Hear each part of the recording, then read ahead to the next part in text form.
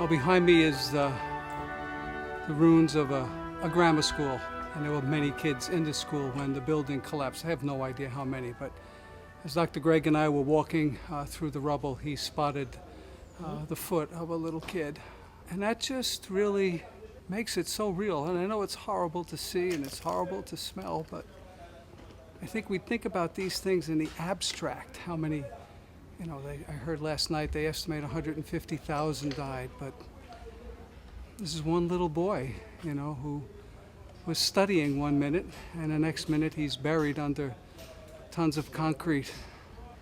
This is unimaginable, the scope and dimension of the devastation, not only in buildings, but in lives. And you could see the trauma in the people, what it must have been like. The noise of these things collapsing it must have been so profoundly terrifying.